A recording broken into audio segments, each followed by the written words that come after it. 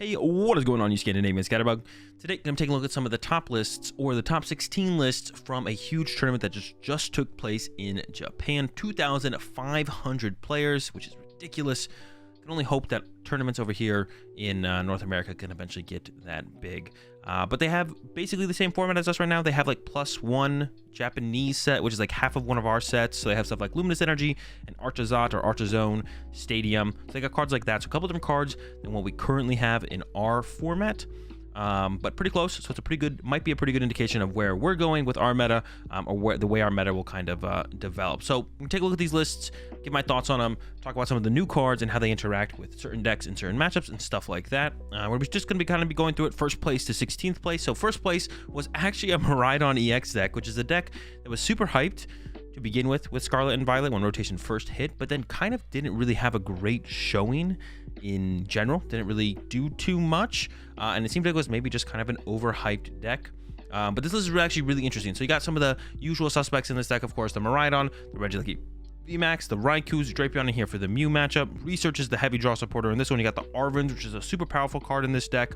EXP shares for energy recovery, which I think is a super cool addition, and then one energy recycler for some late game energy boost to your electric generators. But the big card in this deck is there's no Clef Key for the Lost Box matchup, but there is this Magnezone VSTAR. So let's first take a look at the Magnezone V with the magnetic tension. Now this is actually super important. The magnetic tension, switch one of your opponent's bench Pokemon with their active Pokemon. This attack does 40 damage to the new active Pokemon. So it brings up a Pokemon from the bench, it brings it to the active, and does 40 damage.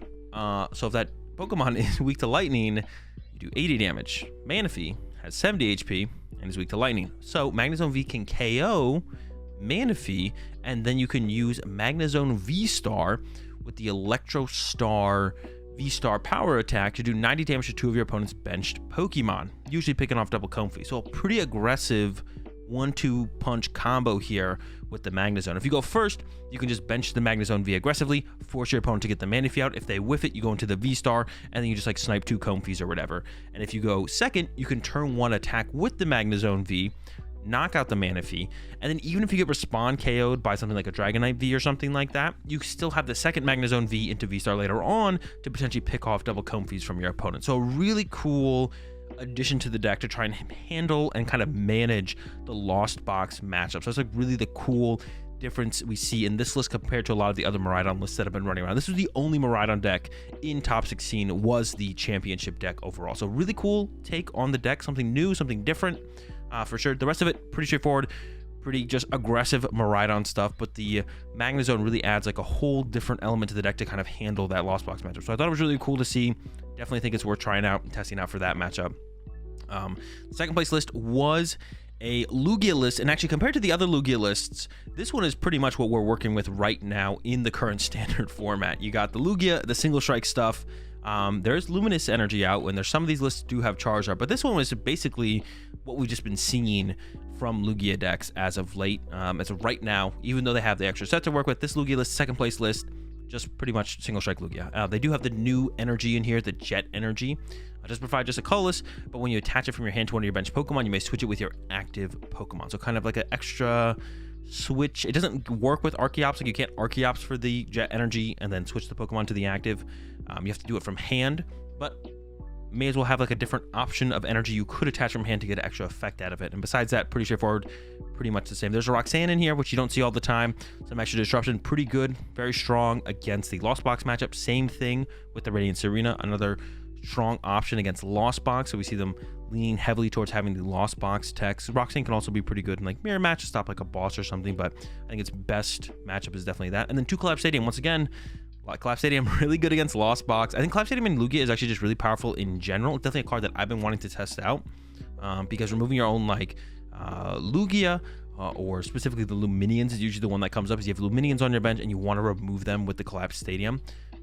So those seem like a really powerful addition to Lugia right now, kind of in general. Potential of the Collapse Stadiums, I actually definitely something I want to try out, because I do find myself beating Lugia very often just by kind of chasing 2 prize Pokemon, and sometimes losing with Lugia for the same reason. So Collapse Stadiums I think is definitely something to look at, potentially being a staple in the Lugia deck. Now the one problem with them is they're a little bit hard to find. You do have the gift energy draw power plus your own draw supporter draw power, but when you want to be using boss's orders, Yeah, when you want to be using Boss's Orders is like the main thing, or like Serena to Gust for turn, you're not really going to have the option to go dig for the Collapse Stadium.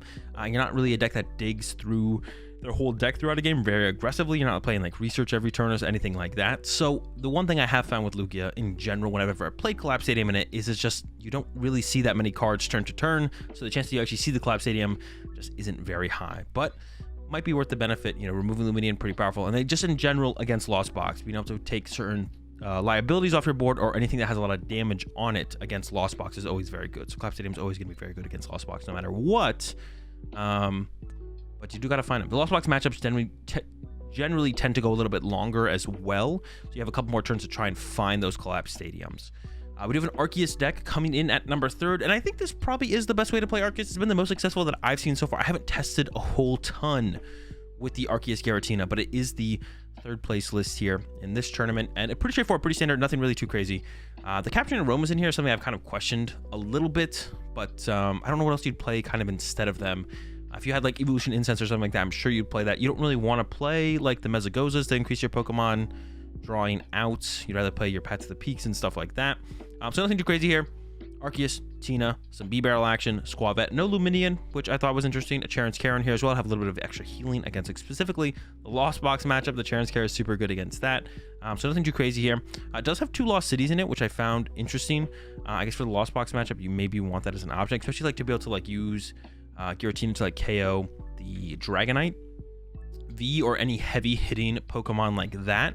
Removing those completely from the game, I think it'd be a very powerful option up against Lost Box decks. So that way they can't kind of bring it back with the Clara and use it again. So I do like the idea of the Lost Cities for that. And of course, Path to the Peak is always such a powerful option with Arceus decks in general. So of course, playing a heavy Path to the Peak count just kind of makes sense, especially like to help in your Mew matchup. Heavy support account though, maybe that's one of the reasons there's not the Luminian in here. With the 3 Research and 3 Judge. And then the 1 Squavette combos super well with B-Barrel, makes B-Barrel a super powerful draw engine. And 1 V-Guard energy in here as well.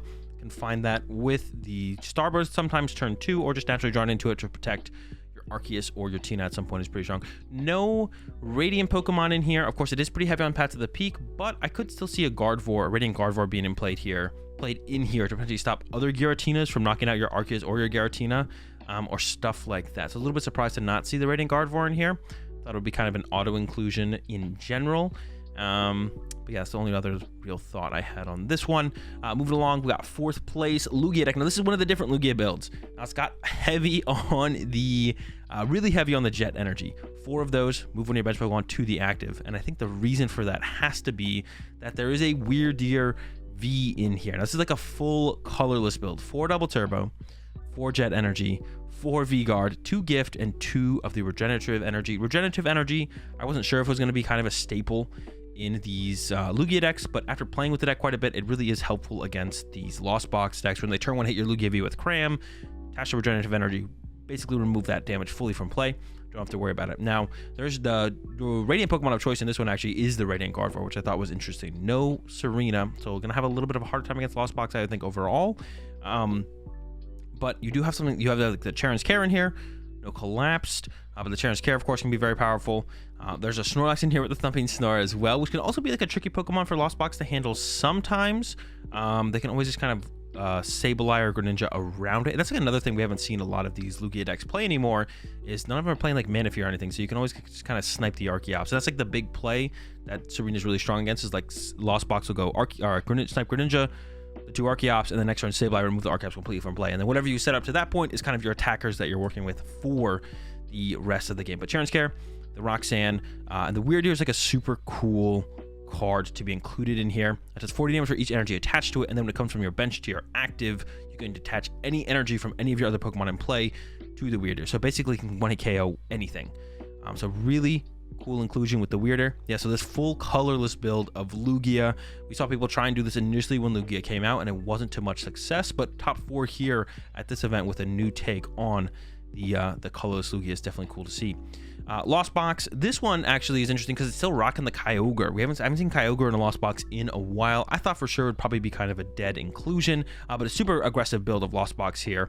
Has the double 4 Seal Stone, so you're looking for like turn 1 Mirage Gate alongside the triple Lost Vacuum. So you're looking for like turn 1 Mirage Gate in this type of build. try and attack with like Dragonite or Raikou turn 1, or depending on what their active is, you would settle for a Cram hit, but has the aggressive options through the heavy vacuum and for a Seal Stone count. And then of course you have the heavy hitters in them to follow up. Even if you don't attack with them turn 1, Dragonite and Raikou are both amazing attackers to follow up with that. And then you do have the closer in the Kyogre. You have that as an option just to close out games really aggressively with the Kyogre, can do a ton of damage. But yeah, I didn't think Kyogre would be seeing much play moving forward, but apparently it is. It's still here. Aggressive build of Lost Box in this one. Not too much else to talk about. The trekking shoes in here is one of the things that I really found interesting as well. 2 trekking shoes, just 2 of them, just 2 trekking shoes. I just thought that was it just felt a little weird, especially with only like 1 copy of Beach Court. I thought you'd maybe just want like a higher Beach Court count to make sure you can retreat your Comfeys to get that extra flower selecting off, which makes a little bit more sense to try and get 1 more flower selecting off than use 1 more trekking shoes, because it would actually put them in your lost zone instead of your discard pile. But nope, 2 trekking shoes in here, and it is playing that new stadium card coming out that we'll get, I don't know, next set. Artisan. Once during each player's turn, that player may search the deck for a basic Pokemon. So a powerful Pokemon search card, of course, means you're not playing a Beach Court. You're playing that instead. But yeah, aggressive Lost Box build with the Kyogre. It's cool to see the Kyogre still around. Definitely really cool. I didn't think we'd be seeing much of it, but it's still kicking, and it got 5th place at this one, over on to 6th place. And actually, this is actually kind of funny. It's just 3 Lost Box decks in a row here. This one a little bit different. No Kyogre, still on the 1 Cram. Zamazenta, not as aggressive as a build. Only 1 Lost Vacuum and no Forest Seal Stone. So it's got Snorlax as a heavy hitter, Zamazenta as a heavy hitter, no Dragonite, which I find really interesting because they still have the water energy and the lightning energy. I've always found Dragonite to just be a really good card to include. They got the Drapion in here because they don't have the Kyogre, have the Drapion instead, and still even has the double energy recycler, but chooses not to play that Kyogre. So if without the Kyogre, you need a little bit of help against the Mew matchup, so they do have the Drapion. And then they have the Luminous Energy, which I think in these kind of builds of Lost Box will be pretty powerful. Luminous Energy provides 1 of any type of energy for the Pokemon it's attached to, but if there's another special energy attached to that Pokemon, Luminous Energy provides a colorless energy. So can't combo with other special energy. So it's not going to make Lugia like broken like it once was. So very interesting build. And once again, there's so many different ways to play Lost Box, and so many different ways everyone's playing Lost Boxes. It's interesting to see all the different types of builds. So less aggressive. Like I said, a little bit surprised to not see the Dragonite in here at the very least. Way less aggressive of a build though. No Kyogre, just kind of back and forth hitting with this one. And 3rd Lost Box in top 16, all in a row here. We got it's 5th, 6th, 7th place here for the Lost Box decks. Now this one, once again, some interesting tech cards. No Beach Court actually at all, which is super interesting. 2 of the Artisan Stadium to define basic Pokemon, which is curious because they're not even maxing out their Nest Ball count. Cross Switchers, and then also 2 Canceling Cologne. So can do some really interesting aggressive plays with the Radiant Greninja. You can double Cross Switcher, up a Manaphy, use Canceling Clone, and then snipe with the Moonlight Shuriken. And of course, Canceling Clone also very good against Klefki. So the Canceling Clone shuts off Klefki's ability, which means you can then use your abilities and so on and so forth. Cross Switcher is pretty good at that as well. But one thing I found interesting again about this list, not only does it have no Beach Court, it only has 2 Escape Rope, which is also a great tool to get around Klefki. Sure, they might have 2 Klefkis, but I don't know. I think most of the time they're not going to. Once again, no Kyogre in this build, which really isn't a surprise. I was more surprised that there was a Kyogre to begin with in one of the other builds than none in these builds.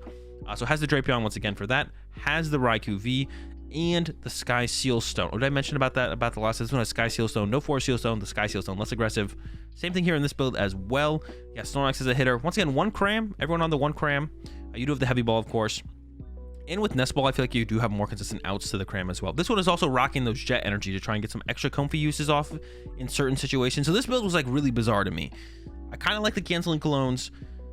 He lets you do the Greninja play in the mirror match. Also, the Canceling Clones are pretty good to help with Klefki if it is popular.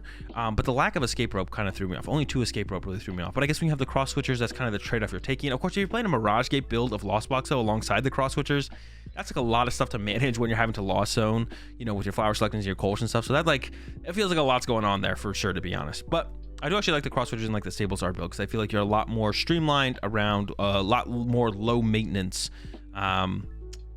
attackers with just like the Sableyes and the Crams and stuff. So yeah, interesting take here as well. Canceling clones, cross switchers, it's all over the place. Okay, that's the last of Lost Box. One thing I do want to mention though, with all three of these Lost Box lists, and this is what I think led to Miraidon having a little bit of an easier time in this matchup, none of them were rocking the Zapdos V, which has been a strong inclusion in the Lost Box list. Not only is it really good against Miraidon, it's like insanely good against Miraidon, especially in the Sky Sealstone builds, because you're like KO what's it called, the VMAX. If they evolve to a Reggie like a VMAX ever, you just go KO that off the bench. Also good against Arceus decks. But yeah, all three of these builds choosing, oh, not this build, all three of these builds choosing not to include that was very interesting to me. The lack of Zapdos V, one of the things that I think did definitely lead to some of the success from the Miraidon taking down the whole thing.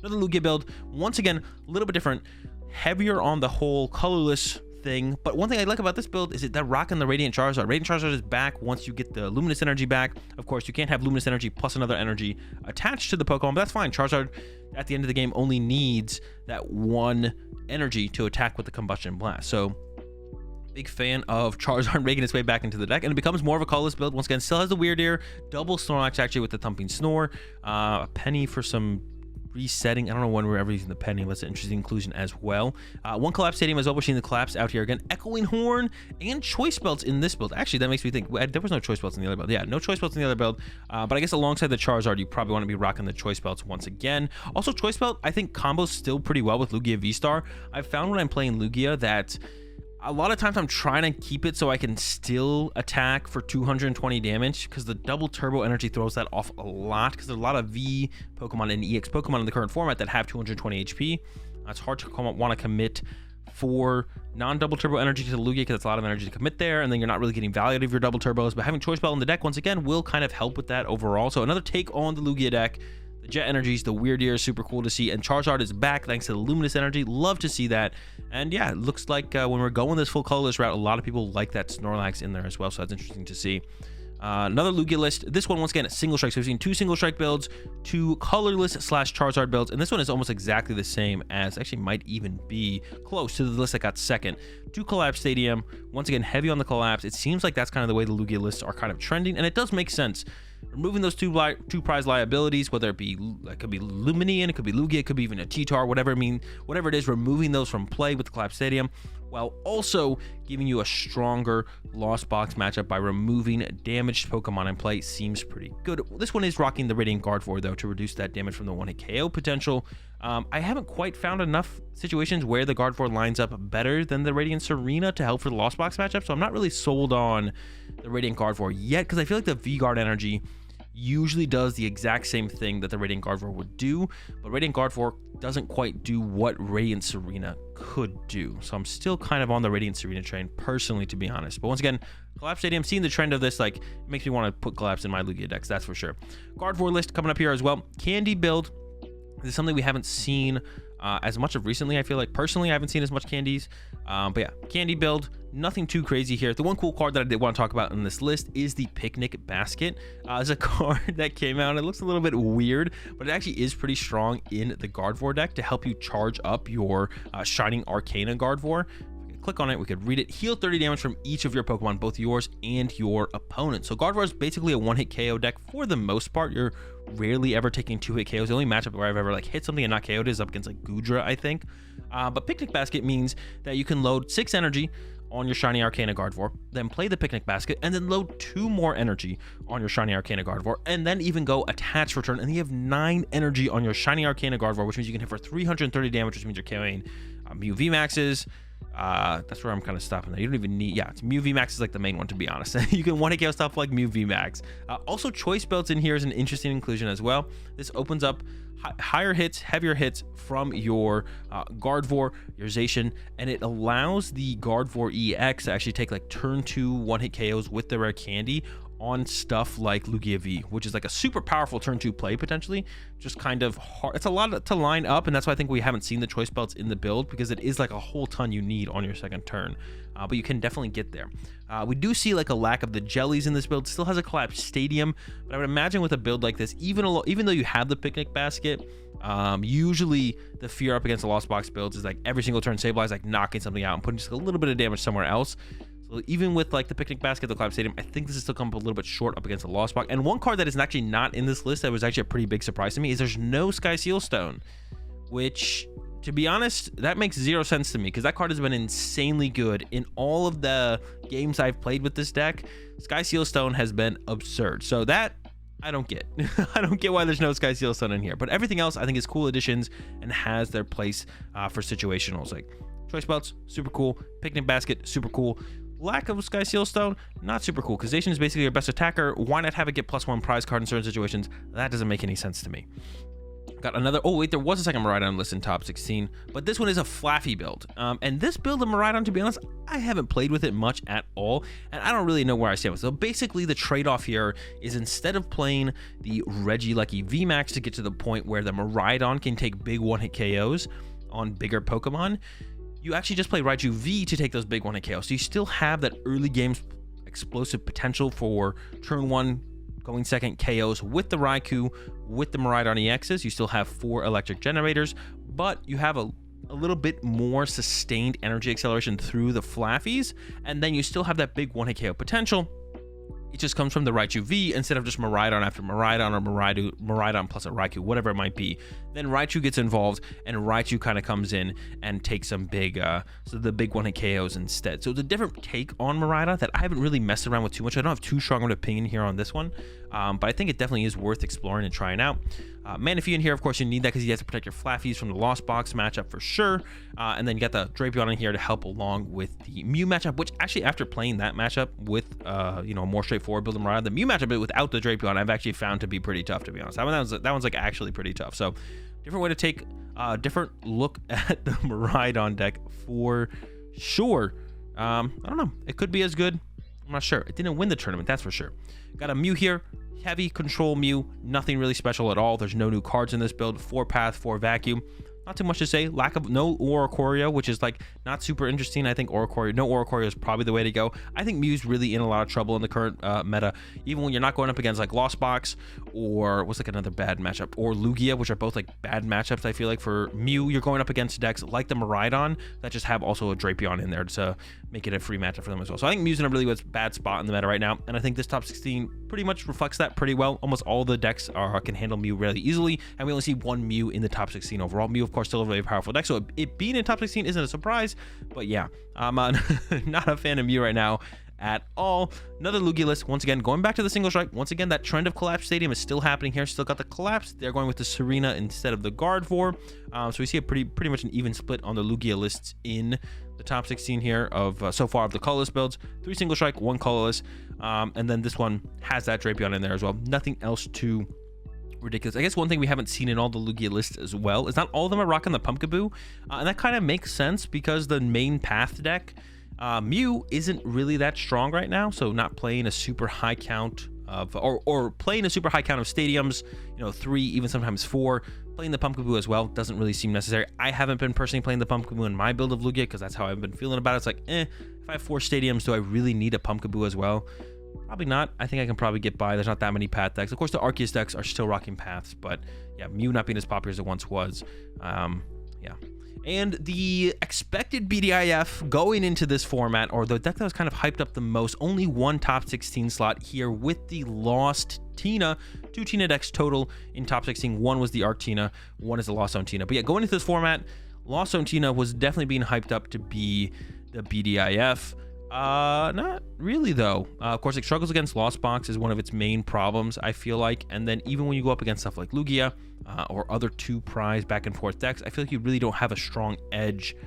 Tina's good and all, but Miraidon can kind of do the same thing, and you're a little bit more consistent about it. You don't have to get all the Lost Zone gimmicks going and up and running to actually kind of get there. The only interesting things really about this list is it's got the Path to the Peaks. The Temple of Sinnoh's kind of been a standard in the Tina decks for a while. The Path to the Peaks is really like the only real interesting thing. And the Jet Energy is kind of cool in here as well. Gives you like a way to kind of push your Tina from the bench into the active once you've used all your Comfies you need to for a turn and using your switch cards and so on. This list specifically is a little bit light on switch cards, actually. Only 5 switch cards. That feels a little bit light to me overall. So yeah, Tina here, nothing really cool, nothing really too new, cool, or crazy. Just kind of Tina, to be honest. So yeah, I'm not really blown away by this list. Nothing really cool going on.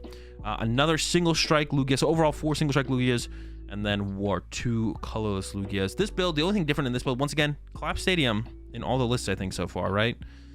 I counted correctly. But also the Tower of Darkness. And this is actually my first build of Lugia I made did have Tower of Darkness in it. But after actually playing the deck, the Mesagosa has saved me so many times. I haven't really ever tested out the Tower of Darkness too much.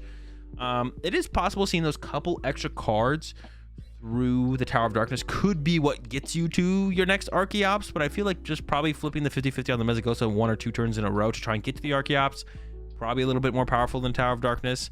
But yeah, Tower of Darkness up here in the top 16. I think it's the first time I've seen a placement of a Tower of Darkness Lugia build. That might be wrong, but I think so. I'm not sure. Once again, Guardy. Between the Guardian and Serena, that's like the only Radiant Pokemon you play, besides the Charizard. If you're playing the colorless build, it seems like Charizard is probably the way to go.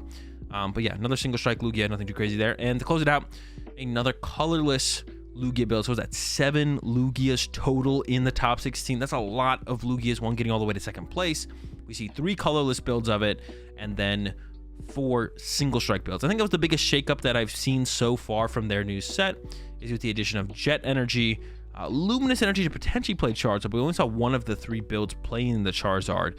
That's like really the biggest shakeup. It's like another way to play Lugia is really the big difference here. And once again, 2 Collapse Stadium. So if they're right in the idea that it's correct to play Collapse Stadium, then I think we should all be getting on that Collapse Stadium trend. It does make sense to me. Like I said, the more I play Lugia, the situations I run into where I'm losing games is just because I have too many 2-prize liabilities in play, or Lost Box spread a lot of damage in a lot of different places, and I don't have consistent ways to clean it up, but Collapse Stadium would do that for you. So yeah, I think we should all be adding Collapse Stadium to our Lugia decks for sure. This one is the only one with double Burnett that I think I saw, but yeah, nothing too crazy besides that. 4 V-Guard Energy. If they stacked, that'd be interesting. 4 V-Guard Energy on a Lugia, but they don't. And that's gonna do it. That's gonna do it. All my thoughts on the top 16 lists from the most recent tournament in Japan, 2,500 players. Hope you guys enjoyed this type of video.